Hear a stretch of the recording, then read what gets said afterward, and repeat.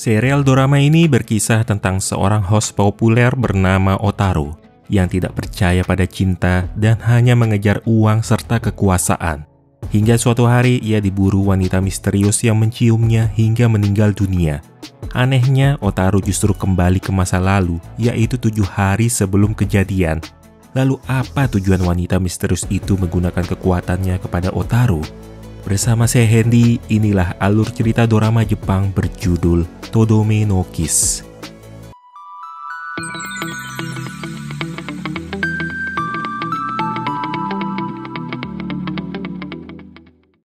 Di sebuah kapal pesiar ada kakak beradik yang ikut serta. Sang kakak bernama Otaru, sedangkan adiknya bernama Kouta. Kebetulan malam itu di kapal akan diadakan acara amal sekaligus menyambut Natal yang diselenggarakan oleh grup Namiki yang kaya raya. Namun kapten kapal yang sebenarnya orang tua Otaru dan Kouta mendapat sinyal bahaya disebabkan adanya ledakan pada ruang mesin. Kejadian itu mengakibatkan kapal mengalami goncangan hebat dan membuat seluruh penumpang jadi panik. Otaru dan adiknya yang ketakutan berencana menuju ke tempat ayah mereka. Tapi di tengah jalan mereka menemukan ada seorang anak perempuan yang terluka hingga jatuh pingsan. Mereka pun berinisiatif membawa serta anak perempuan itu, tapi Kouta yang ingin memungut sepatunya yang tertinggal malah diterjang air laut yang masuk melalui pintu. Kouta pun hanyut. Sedangkan Otaru yang sedang bersama si anak perempuan juga tak bisa menghindari terpaan air laut yang begitu deras. Entah bagaimana Otaru bersama si anak perempuan itu berhasil selamat. Namun, ada rasa penyesalan dalam diri Otaru yang tidak mampu menyelamatkan adiknya. 12 tahun berlalu sejak kejadian itu. Kini Otaru telah tumbuh dewasa dan berprofesi sebagai seorang host dari salah satu klub. Saking tampan dan terkenalnya, sangat mudah bagi Otaru merayu setiap wanita yang dia ingin kuras uangnya. Karena itu Otaru menjadi salah satu host dengan bayaran dan popularitas tertinggi. Tapi Otaru yang sekarang sudah berubah. Dia tidak percaya dengan yang namanya cinta dan baginya manusia tidak akan pernah bahagia jika berharap pada cinta. Yang ada dalam pikiran Otaru hanyalah uang serta barang-barang berharga. Tanpa cinta ia akan tetap bahagia selama ada uang yang dapat ia gunakan mewujudkan apapun yang diinginkan. Suatu hari ia dihampiri oleh seorang host baru yang akan bekerja di klub yang sama, bernama Kazuma. Tampaknya Kazuma sudah mengenal Otaru sejak lama, meskipun Otaru sendiri sama sekali tidak mengingatnya. Malam itu, ada tamu istimewa yang datang ke klub mereka dari grup Namiki, dikenal sebagai keluarga kaya raya yang memiliki aset hingga 10 triliun. Salah satunya yang menarik perhatian Otaru adalah wanita cantik bernama Mikoto yang akan menjadi penerus keluarga Namiki. Otaru merasa malam itu akan menjadi kesempatan untuk mengubah hidupnya. Sesuai rencana, Otaru mulai mendekati Mikoto yang tampak murung dan malah merasa risih dengan kehadiran Otaru. Karena terlalu sibuk melayani pelanggan lain, Otaru malah kehilangan jejak Mikoto yang mendadak pulang tanpa ia sadari. Otaru yang tak ingin melepaskan Mikoto begitu saja berusaha pergi mencarinya. Tapi ia tiba-tiba dihampiri oleh seorang wanita misterius yang secara mendadak mencium Otaru hingga membuat tangannya mati rasa, dada menjadi sesak, dan seluruh organ tubuhnya lumpuh. Dalam sekejap saja, ciuman itu menyebabkan Otaru tewas di tempat. Namun beberapa waktu setelahnya, fenomena aneh terjadi pada Otaru, di mana waktu seolah berputar kembali ke masa lalu. Ketika tersadar, Otaru menemukan dirinya masih hidup, tapi kembali ke 7 hari sebelum peristiwa. Yang jelas, ia dapat mengingat semua kejadian itu, bahwa ada wanita yang dapat membunuhnya hanya lewat ciuman, lalu efeknya waktu akan terulang ke 7 hari sebelumnya. Untuk saat ini, Otaru tidak dapat menceritakan kepada siapapun, sebab tidak mungkin ada yang akan percaya padanya. Malam pertemuan dengan Mikoto, Otaru tidak seagresif biasanya. Ia lebih mendengarkan apa keinginan Mikoto yang ternyata mendambakan cinta sejati. Mikoto yang awalnya cuek, perlahan mulai bisa menerima perhatian Otaru. Setelah tahu Mikoto dan teman-temannya ikut klub berkuda, Otaru langsung mendatangi tempat itu demi menemui Mikoto. Tak sengaja ia mendengar Mikoto yang sedang ngobrol dengan ibunya, bahwa pada hari Mikoto datang ke klub adalah malam pertunangan dia dengan seseorang. Mikoto sebenarnya ingin kakaknya yang bernama Takauji meneruskan perusahaan, tapi ibunya menegaskan kalau cuma Mikoto yang akan menjadi penerus grup Namiki. Acara pertunangan tetap digelar dan Otaru bersama Kazuma turut diundang. Otaru cukup penasaran apa alasan keluarga Namiki lebih ingin Mikoto yang menjadi pewaris direktur perusahaan. Padahal masih ada Takauji kakaknya yang dinilai banyak pihak lebih pantas dan punya ambisi. Di saat sedang memperhatikan, Otaru melihat wanita misterius ada di antara pelayan. Ia pun mengejar wanita itu hingga ke arah jembatan. Tapi sayangnya ia kehilangan jejak. Mendadak ada seseorang yang mendorong Otaru hingga terjun dari atas jembatan. Ia terluka parah dan dilarikan ke rumah sakit. Di saat itulah wanita misterius itu muncul lalu memberikan Otaru ciuman kematian.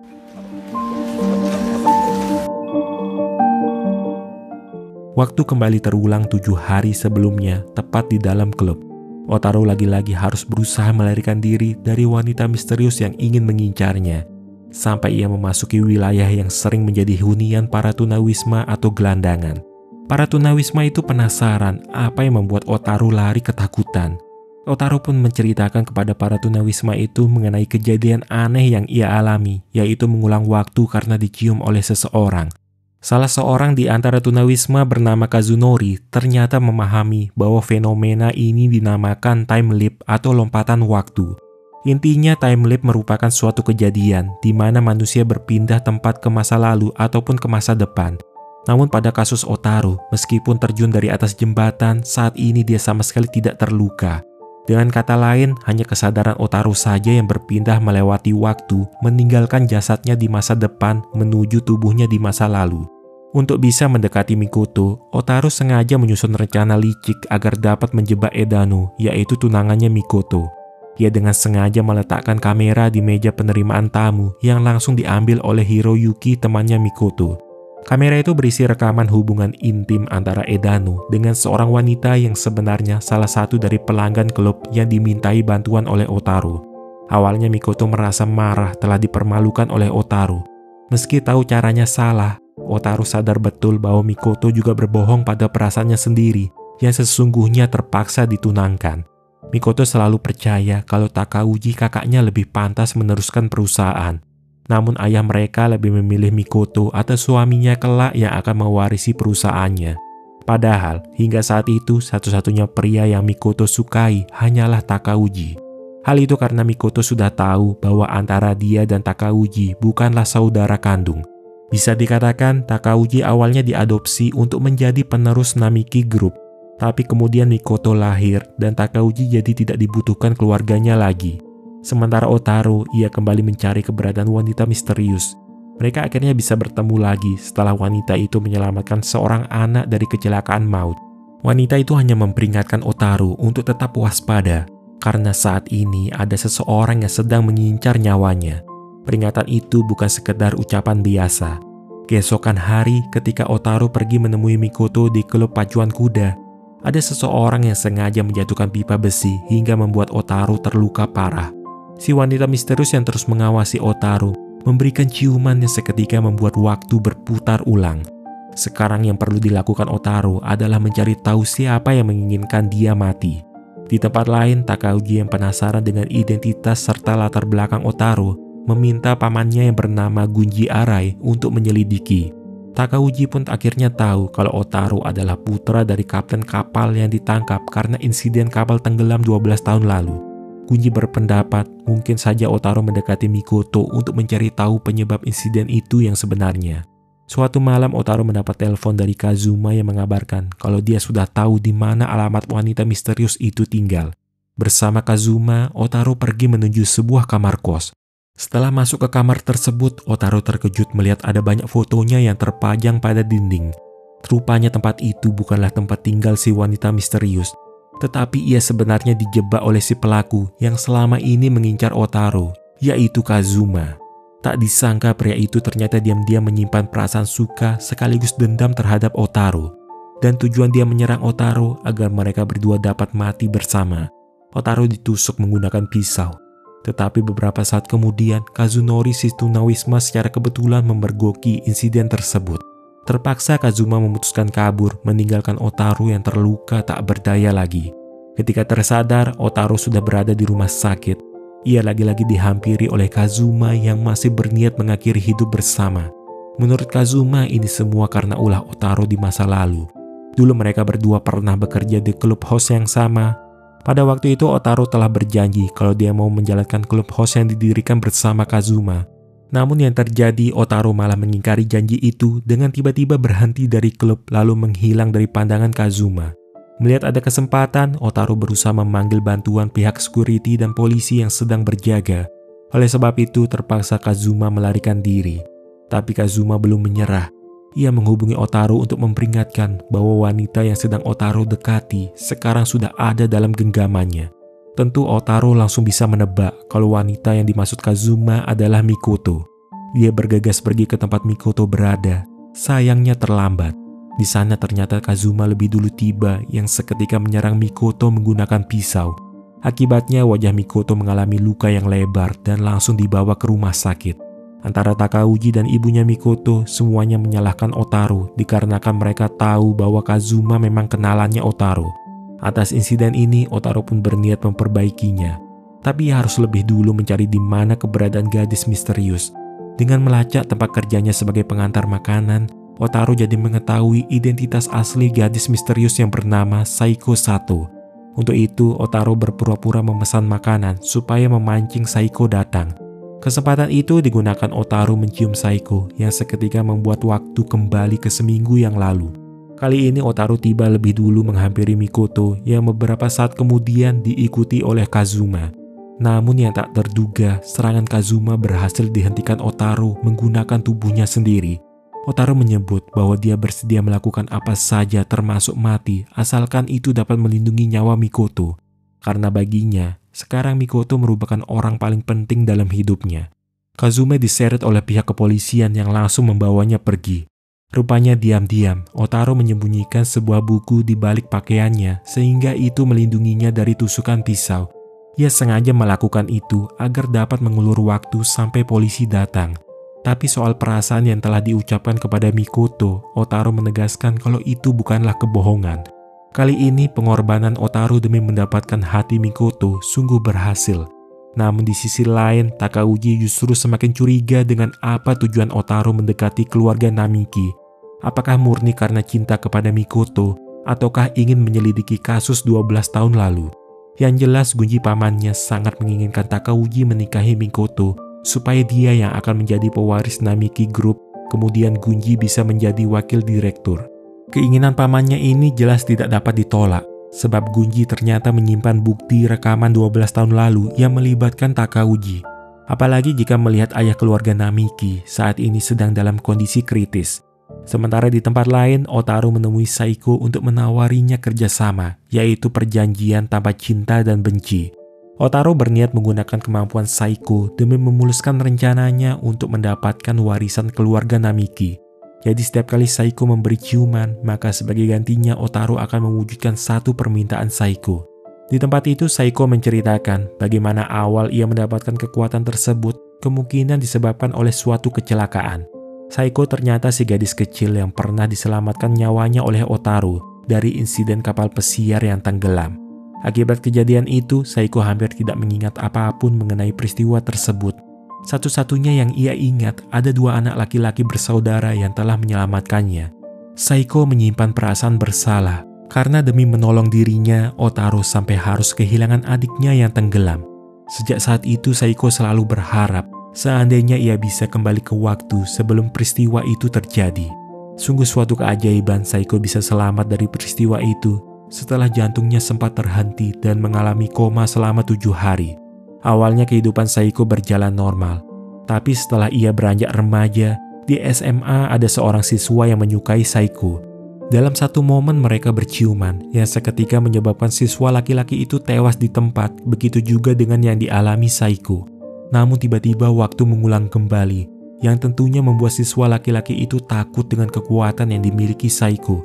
Bukan itu saja yang dialami, sebab rumor buruk tentangnya juga tersebar di sekolah. Karena itu Saiko mulai hidup dengan menjauhi orang-orang di sekitarnya. Tapi setelah pertemuannya dengan Kazuma, Saiko tak sengaja melihat bagaimana Kazuma memasukkan sesuatu yang ia duga racun ke dalam botol minuman untuk kemudian diberikan kepada Otaro. Saiko berpikir mungkin kekuatan yang ia miliki ini adalah bentuk hukuman dari Tuhan kepadanya.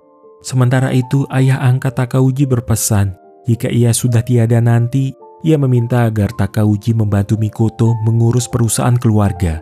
Meski tidak memiliki hubungan darah, Takauji dulunya sangat menyayangi keluarga Namiki. Akan tetapi sekarang perasaan itu seakan pudar setelah terjadinya insiden kapal pesiar. Di malam itu, Takauji secara tak sengaja mendengar pembicaraan antara ayah dan ibu angkatnya. Setelah Mikoto lahir, sang ayah sepertinya menyesal mengangkat Takauji sebagai anak dan ingin Mikoto yang mewarisi grup Namiki. Mendengar itu membuat Takauji bersedih. Ia meluapkan amarahnya dengan cara melemparkan patung ke arah mesin kapal, memicu ledakan yang akhirnya mengakibatkan tenggelamnya kapal. Tapi sekarang jika melihat kondisi ayah angkatnya yang sekarat, Takauji sudah muak cuma hidup sebagai bayangan. Pada akhirnya ketika ayah angkatnya dalam kondisi sekarat, Takauji tak menekan tombol perawat dan membiarkan ayah angkatnya meninggal dengan penuh derita. Setelah direktur Namiki Group diumumkan meninggal dunia, secara otomatis Mikoto yang mewarisi perusahaan. Bersama dengan itu, Takauji juga mencabut status anak angkat yang bertujuan agar dia dapat menikahi Mikoto. Lalu untuk menyingkirkan Otaru, Takauji memberitahu Mikoto bahwa Otaru adalah anak dari kapten kapal pesiar yang menjadi penyebab kecelakaan. Hal itu membuat Mikoto marah dan jadi membenci Otaru karena dianggap telah menipunya. Otaru yang curiga dengan kematian sang direktur mencoba menyelidikinya sendiri. Dari perawat ia mendapat informasi bahwa sebelum kematian direktur, orang yang menjaganya adalah Takauji. Jika kasus ini dihubungkan dengan pertunangan Takauji dan Mikoto yang mendadak, Otaru pun menyimpulkan kemungkinan Takauji membiarkan direktur mati tanpa memanggil bantuan perawat. Rupanya bukan cuma Otaru yang curiga, tapi Hiroyuki temannya Mikoto juga tidak setuju dengan pertunangan itu. Hiroyuki memberitahukan kalau ia tak sengaja mendengar pembicaraan antara Takauji dengan pamannya soal posisi wakil direktur termasuk bukti rekaman yang selalu disimpan di saku jas. Namun antara Hiroyuki dan Otaru masih belum tahu apa isi rekaman tersebut. Hingga tiba acara pertunangan, Otaru sengaja mengulur waktu supaya bisa berbicara berdua dengan Mikoto. Otaru menjelaskan kalau dia memang putra dari kapten kapal pesiar yang sekarang ditahan. Namun yang tidak Mikoto ketahui adalah fakta tentang Otaru dan adiknya yang juga ikut menaiki kapal tersebut. Keluarganya jadi berantakan sehingga Otaru memutuskan membuang masa lalunya. Tapi sekarang takdir justru mempertemukan dia dengan Mikoto. Otaru berusaha menyadarkan Mikoto kalau ada sesuatu yang mungkin disembunyikan oleh Takauji. Sebab menurutnya sungguh aneh jika Takauji buru-buru melamar Mikoto yang baru saja kehilangan ayahnya. Dengan dibantu Hiroyuki, mereka menyusun rencana agar mendapatkan bukti rekaman itu. Awalnya Hiroyuki yang menemukannya, namun mereka lengah dikarenakan ada orang misterius yang mengenakan pakaian serba hitam berniat merebut rekaman itu kembali. Otaru yang terlambat datang menemukan Hiroyuki yang telah diserang. Ia mencoba menolong Hiroyuki, akan tetapi orang misterius itu malah mengambil senjata palu, kemudian berniat menyerang Otaru.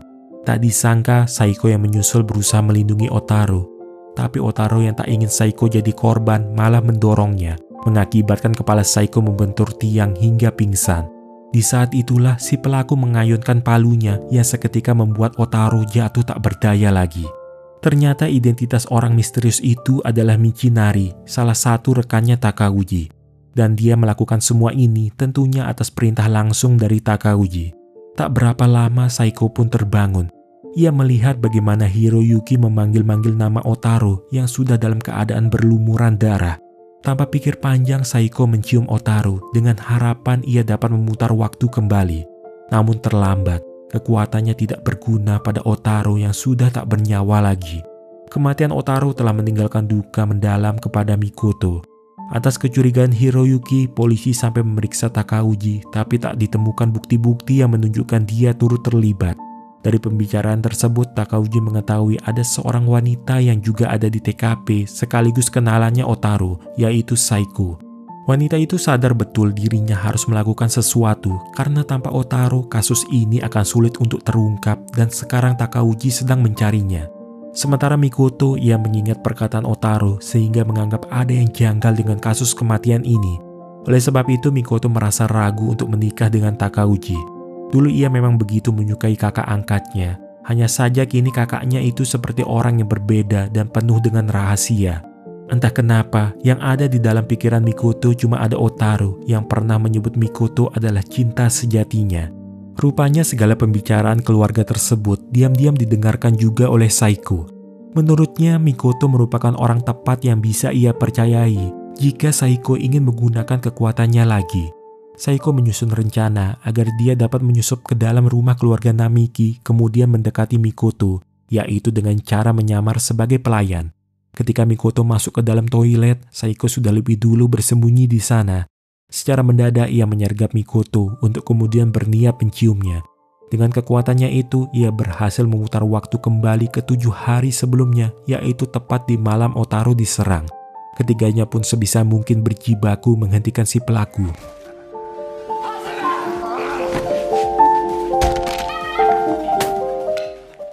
Sementara itu, Mikoto sendiri bingung kenapa ia bisa berada di waktu sebelumnya, seolah-olah semua yang ia alami itu seperti mimpi.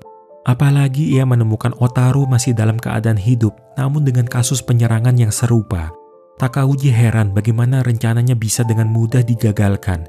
Lebih parahnya, Otaru juga melihat wajah Michinari dan dia memperingatkan agar tidak menyerahkan rekaman itu kepada Takauji. Tapi Otaru tidak menduga kalau Michinari mau menyerahkan diri ke polisi hanya demi melindungi Takauji. Alasannya karena dahulu Takauji pernah menyelamatkan hidup Michinari sehingga ia merasa berhutang budi. Sedangkan Takauji, dari pamannya ia mendapatkan informasi mengenai Saiko yang dulunya merupakan salah satu penumpang di kapal pesiar yang mengalami kecelakaan. Setelah coba ditelusuri lebih dalam lagi, sewaktu SMA Saiko pernah dirumorkan memiliki kekuatan mengerikan yang dapat mengulang waktu. Akibat hilang kepercayaan, Mikoto akhirnya mengumumkan kalau dia membatalkan rencana pernikahan dengan Takauji. Ia menyampaikan kepada Otaru tentang dirinya yang bermimpi buruk di mana seminggu yang lalu ia melihat Otaru mati terbunuh dan ada seorang gadis misterius yang menciumnya. Dari pernyataan itu jelas Otaru langsung menyadari bahwa Saiko telah menggunakan kekuatannya pada Mikoto hanya untuk menyelamatkan dia dari kematian. Saiko sendiri menganggap satu-satunya orang yang mampu membuat Otaru bahagia adalah Mikoto. Selama ada Saiko, maka masa lalu dapat mereka ubah. Jika harus, Saiko rela menggunakan kekuatannya berapa kali pun hingga Otaru bisa hidup bahagia. Karena itu sudah menjadi alasannya untuk terus hidup meski harus dijadikan alat. Tapi rencana itu tak semudah yang dibayangkan, sebab Takauji lebih dulu berencana menculik Saiko. Gadis itu dibawa secara paksa lalu disekap di suatu tempat terpencil. Kejadian awal yang membuat Takauji curiga yaitu ketika Kazuma akan menusuk Otaru. Waktu itu Otaru justru membiarkan dirinya tertusuk, tapi seolah seperti sudah tahu akan hal itu dengan melindungi diri menggunakan buku. Menurut Takauji, tidak mungkin Otaru melindungi Saiko tanpa alasan kalau bukan karena kekuatan rahasia yang dimilikinya. Namun Takauji belum tahu bagaimana cara Saiko menggunakan kekuatannya itu. Sebenarnya yang jadi tujuan utama Takauji bukanlah soal pewaris grup Namiki, tapi ia hanya ingin melindungi serta menjauhkan Mikoto dari Otaru. Sebab menurutnya, Otaru cuma ingin memanfaatkan dan tidak benar-benar mencintai Mikoto. Jadi selama bersama Otaru, Takauji percaya Mikoto tidak akan pernah bisa bahagia. Baik antara Takauji maupun Saiko, keduanya berada di posisi yang sama. Di satu sisi perasaan Takauji sesungguhnya menyayangi Mikoto, dan di sisi lainnya Saiko juga memendam perasaan cinta terhadap Otaru. Beberapa waktu kemudian, Otaru menerima telepon dari Takauji. Pria itu memberitahukan jika ingin bertemu Saiko, maka Otaru harus datang sendirian ke tempat kincir angin di tepi laut. Sewaktu tiba di sana, Takauji langsung mengancam akan membunuh Saiko. Ia benar-benar ingin melihat jika Saiko sekarang mati, apakah Otaru masih bisa kembali ke masa lalu. Namun Otaru tak terlihat takut dengan ancaman Takauji. Ia menyebut bahwa tanpa Saiko pun harta warisan 10 triliun tetap akan jadi miliknya. Dan selama ada uang, ia akan tetap mencintai Mikoto meskipun itu cinta palsu. Mendengar ucapan Otaru telah memancing amarah Takauji. Dia menyerang Otaru karena tidak rela Mikoto sampai dimanfaatkan oleh pria seperti Otaru. Namun sewaktu ia hendak membunuhnya, tiba-tiba pihak kepolisian datang. Takauji ditahan atas tuduhan penculikan dan percobaan pembunuhan. Rupanya Takauji terlambat menyadari kalau sebenarnya ini peristiwa yang kedua kalinya, yang artinya Otaru bersama Saiko telah mengulang waktu, kemudian mengubah masa depan sesuai yang diinginkan. Penculikan Saiko juga merupakan bagian dari rencana sandiwara demi menjebak Takauji. Di sana Mikoto turut datang bersama Hiroyuki yang telah siuman. Mikoto akhirnya mengetahui fakta bahwa Takauji adalah penyebab tenggelamnya kapal pesiar 12 tahun lalu, serta orang yang menyuruh Michinari untuk menyerang Hiroyuki. Bisa dikatakan sekarang Otaro benar-benar berhasil merebut Mikoto seutuhnya. Dia juga mempengaruhi Gunji untuk berkhianat dari Takauji, yaitu dengan menjanjikan jabatan wakil direktur jika seandainya Otaro jadi menikah dengan Mikoto. Melihat Otaro akan segera mencapai tujuannya, Saiko hanya berpesan kalau sekarang giliran Otaro untuk mencintai Mikoto.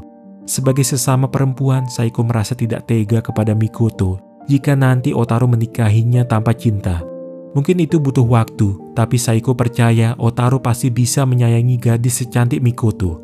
Mendengar pesan tersebut seperti telah menyentuh perasaan Otaro, seolah-olah mereka akan berpisah. Apalagi jika melihat sekarang Otaro sudah tidak membutuhkan kekuatan Saiko lagi. Akhirnya tiba hari pernikahan antara Mikoto dan Otaro. Kebetulan hari itu bersamaan dengan pemeriksaan Takauji di kepolisian. Tak disangka kesempatan itu rupanya digunakan Takauji untuk dapat melarikan diri. Sementara di acara pernikahan, awalnya proses acara berjalan aman dan lancar. Namun ketika akan mencium Mikoto, ada perasaan ragu yang dirasakan Otaro. Di saat itulah Takauji masuk dari pintu belakang yang langsung berniat menusuk Otaro. Tapi Saiko kembali melindungi Otaro yang kali ini pisau benar-benar menusuk tubuhnya. Untuk kesekian kali rencana itu gagal, di mana lagi-lagi Saiko yang melindungi Otaro. Kepanikan pun terjadi. Otaro yang melihat Saiko jatuh tak sadarkan diri bergegas memeluknya. Di hadapan semua orang di sana, ia mencium Saiko dengan berharap waktu dapat kembali terulang. Tentu para tamu, terutama Mikoto, terkejut tak mengerti kenapa Otaro sampai melakukan hal tersebut. Meski berkali-kali mencoba, sama sekali tidak ada perubahan disebabkan Saiko sudah tidak bernyawa lagi. Otaro hanya bisa bersedih. Ia tak ingin Saiko pergi meninggalkannya sebab ia sadar betul ini bukanlah kebahagiaan yang Saiko harapkan. Kehilangan Saiko benar-benar telah membuat jiwa Otaro terpuruk dan jatuh dalam perasaan bersalah. Selama ini cuma Saiko satu-satunya wanita yang rela berkorban serta mau melakukan apa saja untuknya. Secara tak langsung, Saiko sebenarnya telah mengajarkan Otaro apa arti cinta sejati dan bagaimana mencintai seseorang secara tulus. Diam-diam ada seorang lagi yang selalu mengawasi Otaro. Orang tersebut adalah Kazunori si tunawisma. Setelah mengetahui kabar kematian Saiko, ia memutuskan menemui Otaro. Rupanya sewaktu mendengar cerita aneh Otaro di awal pertemuan mereka, Kazunori mulai sering mengamatinya yang kemudian mempertemukan dia dengan Saiko. Dari sana ia mengetahui bahwa Saiko memiliki kemampuan time leap. Hal itu dibuktikan langsung setelah Kazunori mencoba mencium Saiko. Tapi anehnya mereka berdua tidak kembali ke masa lalu, yang artinya Kazunori punya kemampuan time leap yang sama dengan Saiko. Ibaratnya seperti dua kutub magnet yang sama berdekatan, maka keduanya akan saling tolak-menolak. Kemampuan itu didapat Kazunori setelah dia selamat dari insiden kebakaran yang telah merenggut nyawa keluarganya. Selain itu, ada perbedaan antara kekuatan Kazunori dengan Saiko, di mana ciuman Kazunori mampu membawa seseorang kembali ke 3 bulan sebelumnya. Jika dilakukan, Otaro mungkin akan bertemu lagi dengan Saiko yang tidak mengingat apa-apa tentangnya. Kazunori pun memberi pilihan, apakah Otaro akan menjalani hidup yang sekarang ataukah membuang waktu dan juga kenangan yang sudah dibangun selama 3 bulan bersama Saiko. Ada satu hal lagi yang belum diketahui Otaro, yaitu tentang dunia paralel yang tercipta dari kekuatan ini. Rupanya tiap kali melakukan time leap, waktu di dunia ini akan terus berlanjut di mana Takauji tetap menjadi pembunuh, sementara Mikoto menjalani hidup sebagai direktur tanpa Otaro. Jadi ketika melakukan time leap, Otaro di dunia ini akan tewas, sedangkan cuma kesadarannya kembali ke dirinya di masa lalu, dan dunia ini akan berubah menjadi dunia paralel. Intinya, time leap tidak akan pernah memperbaiki hidup menjadi sempurna, karena kesalahan yang diperbuat tidak akan pernah bisa diperbaiki. Salah satu contohnya adalah ingatan Otaro mengenai kematian Saiko selamanya tetap ada, sekalipun mereka dapat bertemu di masa lalu. Jadi setelah kembali, yang tersisa hanyalah lingkaran penyesalan. Otaro merenungkan segala perkataan Kazunori. Sewaktu Mikoto datang menyerahkan formulir pendaftaran pernikahan mereka, Otaro menggunakan kesempatan itu untuk menjelaskan semuanya mengenai Saiko yang mampu memutar kembali waktu. Ini sekaligus menjelaskan fenomena sebelumnya yang Mikoto kira itu mimpi. Otaru sengaja memanfaatkan kemampuan Saiko dan berulang kali memperbaiki kehidupannya. Namun ia tidak sempat memberikan apapun sebagai balasan, dan pada akhirnya justru Saiko yang kehilangan nyawa. Otaru menyadari bahwa Takauji tidak sepenuhnya salah, sebab alasan Takauji melakukan tindakan buruk hanya demi melindungi Mikoto saja. Jadi satu-satunya orang paling bertanggung jawab atas semua kejadian ini adalah Otaru sendiri, karena dia telah merusak kehidupan Takauji, membahayakan nyawa Hiroyuki, dan menjadikan Michinari sebagai kriminal. Sekarang pun Otaru telah mengkhianati Mikoto karena dia sesungguhnya mencintai Saiko. Bagi Otaru, hidup tanpa Saiko terasa sangat menyakitkan. Jika diberi kesempatan mengulang waktu, Otaru berharap kali ini ia dapat menyelamatkan Saiko. Otaru hanya bisa meminta maaf, ia tidak mampu memberikan kebahagiaan untuk Mikoto yang sekarang ataupun di masa lalu. Mendengar itu, Mikoto sungguh sedih dan kecewa terhadap Otaru. Sewaktu melihat Otaru mencium Saiko, Mikoto sebenarnya sudah merasakan kalau ada orang lain selain dia di dalam diri Otaru. Jika Otaru memang berniat memutar balik waktu, Mikoto memintanya berjanji satu hal. Apapun keputusan Otaru, kali ini dia harus melakukan bukan demi keinginannya sendiri dan membahagiakan orang-orang di sekitarnya. Dengan tekad yang kuat, Mikoto memutuskan kalau dia sendiri yang akan menjadi pemimpin grup Namiki sampai tiba saatnya Takauji dibebaskan. Malam itu, Otaru bergegas menuju tempat Kazunori. Di sana ia memohon agar Kazunori mau meminjamkan kekuatannya agar dia bisa kembali ke masa lalu demi menyelamatkan hidup Saiko. Melihat kesungguhan pemuda itu, Kazunori akhirnya memberikan Otaru ciuman yang akhirnya menewaskan keduanya. Bersama dengan itu, kesadaran mereka seketika kembali ke masa lalu, yaitu tepatnya 3 bulan di malam acara pertunangan Mikoto dengan Edano. Otaru langsung memperingatkan Mikoto agar tidak menikahi pria yang tidak jelas seperti Edano. Dia juga berusaha menyadarkan Takauji agar mengungkapkan perasaan terpendamnya kepada Mikoto, bukan seperti adik angkat, melainkan orang yang dicintai. Lalu soal anak angkat atau rahasia masa lalu itu, ia menyarankan Takauji membuang semuanya. Apa yang Otaru ucapkan itu semata-mata untuk kebahagiaan mereka berdua agar tidak ada penyesalan di kemudian hari. Dia bahkan merebut bukti rekaman dari dalam saku jas Gunji untuk kemudian dihancurkan. Dengan begini, pamannya tidak lagi bisa mengancam Takauji. Atas semua yang terjadi, Takauji tak punya alasan lagi menyembunyikan rahasia dari Mikoto tentang dialah penyebab kecelakaan kapal pesiar. Ia berniat melepas statusnya sebagai bagian keluarga Namiki, kemudian menyerahkan diri ke polisi.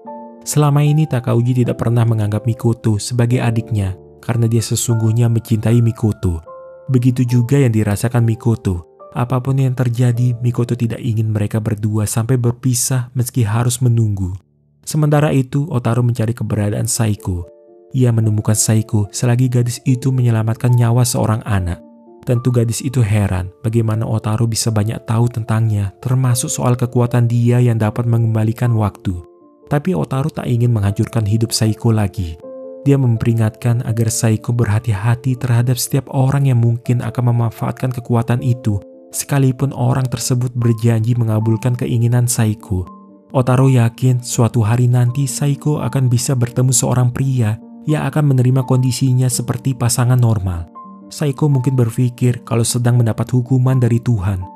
Tapi sesungguhnya, kekuatan dari ciuman itu digunakan untuk menemukan cinta sejati. Menyukai seseorang mungkin akan terasa menyakitkan, tapi Saiko tidak perlu menahan perasaannya lagi. Satu pesan terakhir dari Otaru, ia meminta agar Saiko jangan menyukai laki-laki jahat seperti dirinya, karena di suatu tempat ada kebahagiaan yang telah menanti Saiko. Seperti ucapan Kazunori, Otaru mungkin berpikir kalau dia kembali ke masa lalu dan memperbaiki hidupnya. Tapi sebenarnya dunia yang ditinggalkan Otaru tetap berjalan setelah ia meninggal, dan itu adalah dunia paralelnya. Kemudian tempat di mana Otaru mengulang masa lalu itu akan menjadi dunia baru bagi dia sendiri. Tapi Otaru tidak pernah membayangkan kalau pertemuannya dengan Saiko 12 tahun lalu bisa jadi adalah sebuah takdir. Setahun pun berlalu setelah kejadian itu. Kini Otaru tak lagi menjadi host dan sekarang bekerja sebagai seorang detektif swasta. Hari itu ia dikejutkan oleh kedatangan Saiko. Rupanya Saiko masih menyimpan sepatu milik Kouta, adiknya Otaru, yang tetap menghubungkan mereka. Karena Otaru seorang detektif, Saiko ingin dibantu mencari tahu mengenai kenangannya selama bersama Otaru yang mungkin ia lupakan. Tapi Otaro berusaha mencari alasan kalau dia mengetahui semua itu lewat mimpinya. Banyak hal yang terjadi di antara mereka, seperti Otaro yang hanya memperdulikan uang, sedangkan Saiko yang selalu melindungi Otaro. Dari pertemuan mereka, Otaro jadi banyak belajar tentang ketulusan dan arti hidup yang sesungguhnya. Otaro rupanya enggan menyebut hidup Saiko yang berakhir tragis. Dari seluruh cerita Otaro, sejak awal Saiko ternyata sudah curiga kalau semua cerita itu bukan berasal dari mimpi. Ia cuma ingin memastikan apa yang sebenarnya terjadi pada dirinya, lalu mengambil kesimpulan bahwa di dunia Otaro ini berasal, Saiko telah meninggal dunia. Hal itu justru makin membuat Saiko ingin mengenal Otaro lebih dalam lagi. Ia tak masalah, sekalipun Otaro tak mau menceritakan secara detail tentang dirinya, yang jelas Saiko dapat merasakan ada penyesalan di setiap kalimat yang diucapkan Otaro. Oleh sebab itu, Saiko berharap mungkin dengan kehadirannya ia dapat bantu mengembalikan senyuman Otaro lagi, yang juga membawa kebahagiaan untuk dirinya. Cerita pun berakhir. Apa manusia benar-benar bisa hidup bahagia kalau memiliki kekuatan mengulang waktu? Pada dasarnya, di saat seseorang melakukan time leap untuk mengubah masa lalu, itu akan berdampak pada hal lain yang turut berubah, dan takdir hidup mungkin memang tidak bisa diperbaiki lagi. Mengulang waktu tak menjamin akan membuat hidup jadi lebih baik, yang mungkin saja efeknya bisa lebih buruk.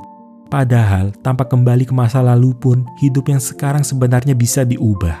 Karena selama manusia masih hidup, kesempatan itu akan selalu ada bagi setiap orang yang tak pernah menyerah dan selalu berdoa demi memperbaiki kehidupan ini sesuai yang mereka harapkan.